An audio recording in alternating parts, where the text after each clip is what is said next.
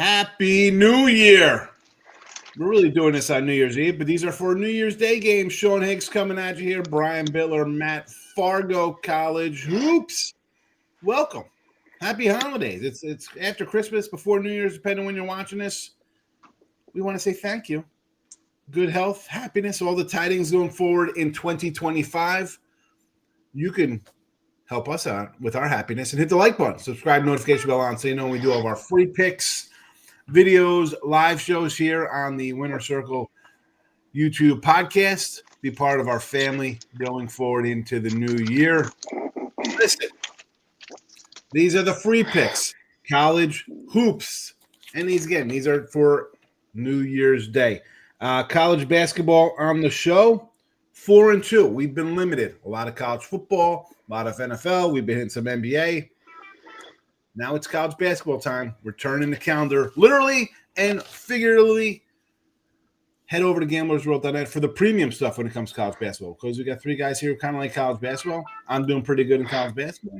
That's myself. We're going to throw it over our guy, Brian Bitler. It's been a minute. How you doing, Brian? What do you got going on at gamblersWORLD.net for the premium content? $69.99 day pass for my guy here. Brian, Merry Christmas, Happy New Year. How you been? Happy New Year to everybody. Yesterday was a rough day, 1-3-1, but overall college basketball, 19-10, run 66%. On the season, 38-23, 62% college hoops. I got my Big East game of the month over at gamblersworld.net, and also a huge play up in college football for tomorrow, so make sure you guys check it out.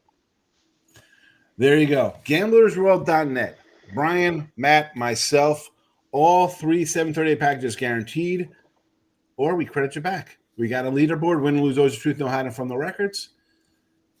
Again, I'm a day pass kind of guy, right? We kind of have a lot of games up, multiple packages, save you money. That's what we try to do here. Make your money, save your money, put some winners in your pocket, give you a little help. Matt Fargo, back out of the sick bed, my guy. I am. Is it the fog or the drones getting you over there? What's happening? I don't know what's happening over here in Western New York, but there's something going on through the air. I don't know what it is, but I think I finally got it solved. Decent weekend. NFL, once again, just some unfortunate breaks. That's the way it's been the last month. It just seems like, it goes both ways, but it seems like the last month or so for me, it's just everything's been going against me. Like I had Saturday night, I had Denver plus 3.5. Lose by touchdown in overtime. Sunday have Atlanta plus 3.5. Lose by a touchdown in overtime. It's like, oh, come on, man. But college football has been doing great. 75% bowl run. College hoops 67% run there as well. Tuesday I have 4 early games going in college hoops. In college football, I have the I believe it's the Peach Bowl. I think. Then I have the Fiesta for tonight, and for tomorrow I have the Rose and the Sugar. So. Get those long-term passes, and let's win some college hoops and college football together for the next couple of days. I got to say, you mentioned the 2 crazy overtime games, and I was on the other side. I actually had to favorite those games. I had there you go. There you go. I said here before, like the NFL season for me had been up and down. I finally had a good weekend, 10-2 this week, and my losses were the dogs, of course. I had some totals in there. But finally over the 500 mark, 86-81. Took me the entire season. And I finally got lucky with 2 overtimes where you're on the flip side. You're like, you got to be kidding me. This is the way I'm losing. Right. That was me up until this week. I think this is like my second winning week. It's just been a wacky season. And we know like the favorites have been cashing like crazy. And again, I'm 86-81. I do totals. I do dogs. It is what it is. But it's a frustrating year for sure in NFL, especially when you get crap. And again, I lucked out with a win. I thought I had a push in the Cincy game and the Washington game, last second loss. I'm thinking bad break. What am I going to do here? That's my season. But guys like us, a season like that where the fades are cashing left and right, let's be thankful we're kind of treading water up a little bit, or not having maybe less games because of how things are going. It's the have and have nots. Holy cow! This is like baseball-esque Brian, go ahead. You're going to say something. Yeah, I was going to say I was close to getting finally in the positive in the NFL. So I was sitting just a couple games over 500 in the NFL. But I think it came down to a coin toss in that Falcons Commanders. If the Falcons would have won the coin toss, it would have been a totally different situation getting the points. But, it is what it is. And, sometimes you lose on a coin toss. It is, you're right. It is what it is. And, they changed the rule for the playoffs with because of the Kansas City Buffalo game a couple years ago, whatever it was. Yeah, I think they should extend that rule into the regular season. Just have them play out a quarter. It's 10 minutes long. What are they trying to solve? Trying to help keep the players more healthy by limiting overtime by 5 minutes? I don't think it would make a big deal. Let both teams get the ball. I think it's only fair, especially this time of year when playoff birds are on the line. Well, not on that. It's player safety, but let's play. Kansas City 3 games in 10 days and Wednesday games and stuff like that. Saturday to Wednesday and Sunday to Thursdays and Pittsburgh had a stretch of 3 games in 11 days. Like, okay, really? You're doing that to these guys? Well, player safety. Yeah. Put on special helmets, and we're gonna get rid of the onside kick. Yeah. Great onside kick attempt last night in the San Francisco game. Oh, what a bum perfect. that guy is. Oh my God! I had Detroit last night, and my handicap on that was I know it didn't matter, but for them it mattered. San Fran knocked them out of the playoff last year, right? So you think they want to get back at them, and I'm actually shocked San Fran showed up. I thought they were actually done, like from Super Bowl. And I said this the other day on the show. I said they had a lead in the Super Bowl. They had a lead with a minute to go in the Super Bowl. They had a lead in overtime in the Super Bowl, and now they're sitting in last place. Can't even get to 500. I thought for sure they were just going to roll over last night. I'm shocked they showed up. For me, I thought that would be San Francisco's Super Bowl. I just seen tons and tons of bettors on the Detroit lines, and that line didn't move much off a 3.5. Maybe it got to 4 closer to kickoff, but I felt safe with San Francisco, but not when the game took off. I'm 100% with Brian. I was on the same wavelength where this was San Francisco. They weren't going to lay down in that game. There's no way. Even though they're banged up and everything, they were going to come out 100%, play hard. Last home game, they were definitely not going to lay down for the Lions in that game. And they came out and they played great. Just Purdy threw a costly interception late, and that ended up being the difference. And kudos to Detroit. All the talk, Dan Campbell, all week long. We're here to win. We're here to win. We're playing the whole game. And, he held true to his word.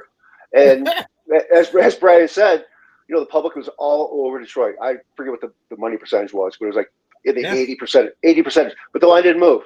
So that was a little bit of a red flag as well. And I thought the value play was on San Fran. And, I wouldn't say it was the right side, but we were just on the wrong. And Brian and I were. Especially on Monday Night Football. Normally games like that on the Monday night where a lot of bettors like to go all in or bet bigger on Monday Night Football games, but it just didn't work out. I thought San Francisco, maybe the most talented under 500 team in the NFL, they just didn't get it done yesterday. Yeah, this year not for them. And I did like my look at lines. That was 2.5 on the open. Oh wow! And the next morning I woke up. I'm like, man, 3. I said I knew I should have grabbed it. And so I grabbed it early, and then again, like you said, it went to about 4. Then when I was doing the Monday Night Live here, it had ticked up to a 4.5. And I'm like, well, Campbell said he's playing these guys. He's, the funny thing with him is I saw someone did a little like blurb on him or blog, whatever you want to say, and they were basically calling him the old coach from the Chargers, who remember he'd go for it, but he couldn't cash a 4th down conversion. He couldn't catch a break. Where Campbell just caught them all and just, he looks like a genius and the other guy's out of a job. Oh, talk about Brandon Staley. Staley, yes. Yeah. Right? Exactly. Remember, what are you doing? Get a break. Right. How are you going for it? And he couldn't get one. He couldn't buy a 4th down conversion. This guy's going for it on his own 16-yard line. Right. And if he got half of those, he probably still have a job. Right? It's crazy. Oh my goodness. Let's talk some college hoops here for New Year's Day. And I'm going to start up. Normally, I wrap it up and put the ball on it. But I got the 2 o'clock game here. So I'm going to say, I'll start out this one, and we'll go around the horn here. Connecticut, the Huskies here. Connecticut on the road, DePaul. Folks, we're doing this ahead of time. The lines are from our guy Kempom. it's a great source. Most of these lines when they open are pretty much on par with what KenPom ratings kind of do. They're flat lines. There's no halves. He has UConn at 8 and a 152 in this matchup. UConn last year was like, wow, Hurley didn't go to the Lakers. Why the heck would he go to the Lakers to deal with that nonsense? He could have a dynasty here. They're ready to build statues outside of stores here for this guy. But, you saw him kind of lose his mind during the tournaments there, losing some games. We're never going to play in these, blah, blah, blah. I look at this line, and again, this is the kind of kind of line here for this. Sign me up for DePaul here. You're going to 8 points. UConn. Let's run down how UConn's played DePaul, because I don't think DePaul's been good since. Did Mark Aguirre play DePaul back in the 80s? Yeah. When's the last time DePaul had anybody and was a remotely good team, just as an NIT team or a CBI? 36, 29, 29, 24. 2 games in 2022. I didn't go back to look at the schedule. UConn had to be off maybe against Xavier or some kind of monster game or just in a flat spot. Moved by 7 in both of those spots. And then another 34.1. And we have them here at 8. I mean, this is DePaul. I know this is the best team since whatever. Since what? They have 9 wins, and these are against bye teams. What are we talking about here? 8 points to me says DePaul is keeping this close and will be in it with under 2 minutes to go, which in college basketball could mean you win outright or you go to overtime and lose by 17 and you're in trouble. That's just the way college basketball overtimes go when they get close like this. But I like DePaul here. I think they might even pull it out. And 8 to me says it's DePaul all the way. Brian Bitler, are you a Blue Demon fan or are you going to go Huskies? Well, I was a little bit of a Blue Demon fan when I saw how they played against Wichita State, the Shockers, at home. But then they have looked pretty crappy lately. Overall, DePaul 9-1 straight up at home, but they haven't played anybody. But I think if you can get 7 or more with DePaul at home, I think that's the play to take the doggy. Right. I got it here. I typed in 8 or more. If you're going to give me 8 or more here with these guys, I'm going to grab them. As Bryce said, who have they beaten? It is what it is. It's November, December basketball. But this line here, way too short. Fargo, do you agree with us, Matt? I do. Like the games you went over for the head-to-head, that was, probably 2 of the greatest, Connecticut teams they've had in a long time against probably 2 of the worst DePaul teams you've seen in a long time. Now, this is probably the worst Connecticut team you've seen in a few years and maybe the best DePaul team. Not a great DePaul team, but the best of what it's been over the recent years. And when you see that 8, you're like, what's going on here? It seems very low. And it is. Right. And it is for a reason. Like the last meeting in DePaul last year, UConn's favored by 24.5. Now it's only 8. It's that is a tell to take the underdog, no doubt about it. They're different teams, yes, folks. But this is UConn. They recruit at a whole different level. The fact that this is 16 points different, I don't know. Overreaction, maybe. I'm taking DePaul here as the free pick. These count, even though we're using a kind of look-ahead line here. They count towards our record. 4-2 with our college basketball free picks here on the Winner Circle channel. GamblersWORLD.net for the premium stuff. My college hoops. I went 3-1 yesterday. 142 and 111 on the year, 56%. Not too bad. Number 2 in the money here. Number 3 in the money, our guy Brian Bitler was 37 and 24, good for 61%. You'll be looking at North Carolina.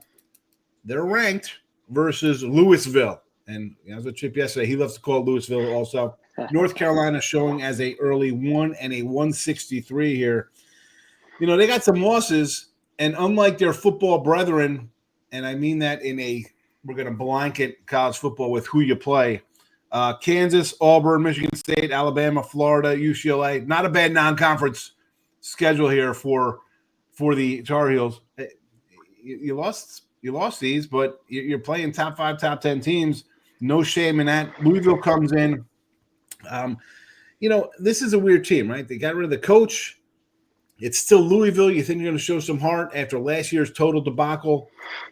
I kind of lean this based on schedule. For me, I would lean North Carolina, but this is your game here. Louisville, North Carolina, a couple blue bloods going at it. A 1 and a 163. High total. Yeah, for me, this is a tough one. I think both of these teams have played tough schedules out of the gate. I think Right. North Carolina, if you're only laying a point, and I don't think it's that much of a trappy line. North Carolina has dominated Louisville over the last 10, winning 8 of the last 10 straight up. I think if I only have to lay a point in this one, I think I'm going to take North Carolina just over their prior history against Louisville. I think they got the slightly better roster. I that's where I would look at it. Little better with who they played, name brand wise, and off of last year's debacle, a couple guys come and gone for Louisville. I think Carolina's the play as well. Fargo, do you agree? Make it a 3-pack on Carolina. Yeah, I do. You might call it a sucker play, and as Brian said, I don't think it's a trap line. I think Louisville has improved enough to warrant the small number.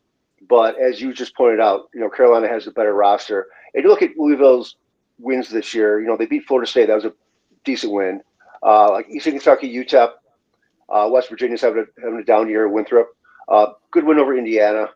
But the schedule for North Carolina has been daunting. Number 5 in the country, and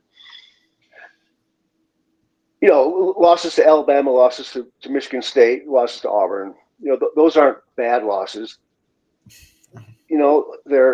The loss to Michigan State was by 3. The other 2 were kind of blowouts, but I think this team is going to come around. They won 4 of their last 5, and I think it's a good spot for them. They're 1-1 on the road. Yeah, I think they can take this with the basically a pick'em game. I'm going to say when his lines come up, and they'll probably be up about 5 hours, so afternoon here on Tuesday after. I try to get a 1 early because this is probably going to go up. I think this will probably go to like a 2.5, probably, without a doubt. Brian Bitler, official show pick, North Carolina -1. This is his free pick. If you want Brian's premium plays, again, he's number 3 at gamblersWORLD.net with college basketball. Just so happens to be number 1 college football. Not a bad time to get on time with bowl games going on. He's got you covered there. And number 1 on the ice, this guy. Oh, they call me Mr. Pucks. Me and Chip Charembas. Look at this, Mr. Pucks. I got Mr. Pucks and usually you got Mr. Hoops with me, Mr. Pucks, this guy. Final game of the board here. Villanova. How the mighty have fallen. A 1-point dog to the Butler Bulldogs, total of 151. What's there to say about Villanova team since they got rid of they didn't get rid of the coach. The coach retired, and it's a whole new ball of wax here. They throw some wins together. Butler comes in with 5 straight losses. UConn, Marquette, Wisconsin, Houston. Not bad. They got North Dakota State in there, which is probably just a bad spot. They take a team for granted. They end up losing. The series-wise, they've been rotating wins home and home. Whoever plays there has been taking care of business, Matt. That alone would probably have me leaning towards Butler because I'm not a Nova guy until Jay Wright is gone. Not the same squad. Butler -1, 151. What do you think? Yeah, I like Butler in the spot too. Villanova's not the same team, like you said, with Wright gone. The Big East as a whole kind of stinks this year. They're really in a down year. Like they have 7 teams with at least 5 losses already overall, and it's like that's not good. It's just a weak conference this year. And Butler, as you said, have lost 5 in a row, and that's a streak I like to go against. Teams that are barely treading water right now. I think that's a good take sign, in my opinion. In the last 2 years, the home team has won the last 4 meetings. Not that really matters that much because obviously the roster's changed so much now with college hoops. But Butler still has a decent home court, 5-3, and the teams they've lost to, very good teams. And you brought up North Dakota State. I mean, they're picked to win the Summit League, so they're no slouch. They're a decent team. It was a 3-point loss. So 5 quality losses for sure. Marquette and Connecticut in the Big East. Losing Connecticut by 4 points at home. I like Butler with a short number here, like you said. Butler, official show pick for our guy Matt Fargo. Again, free pick. Head on over to gamblersWORLD.net because Matt, like me, here we go. College basketball triple play today. Conference game of the month of college hoops. Sun Bowl, Fiesta Bowl, Rose Bowl, Sugar. He's locked and loaded. He's loaded up on the packages. Go get a weekly pass because he's got you with what? 1, 2, 3, 6, a 6-pack. One's a triple. Make the smart money move, people. GamblersWORLD.net for all of our premium action. Brian Bitler, are you going to make it a trifecta? All of us agreeing with our college hoops, which is a pretty good thing because 2 of us are in the top 3 here. Sorry, Matt, not to disparage. Listen, we're pretty hot though, so it's no shame when guys are hitting 60% in a sport and it's tough to look up. But are you going to make it a 3? My volume will increase.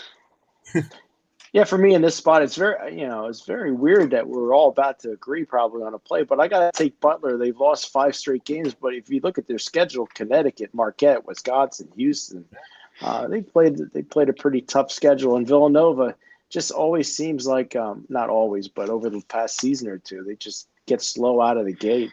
I think Butler at home at this number, I think you got to go with the Bulldogs.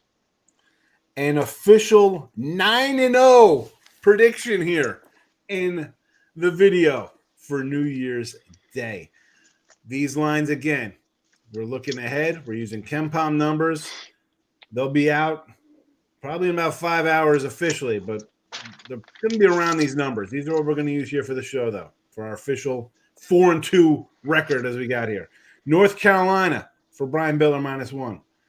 Butler, -1 for Matt Fargo. I am taking DePaul +8 as our picks. You might say, why not do money lines? There's no money lines listed right now, folks. So we cannot do that. That does not happen because we have to have a number. And the numbers are 1, 1, and 8 today. And the actual new numbers will be 2025 because it'll be a Happy New Year next time I see these gentlemen. And for gamblersworld.net, Winner Circle Sports Betting Podcast, we wish you a Happy New Year. Matt, Happy New Year. Brian, Happy New Year. Seth, the Lasso, Happy New Year to you too. And we will see you all next year. Good luck, everybody.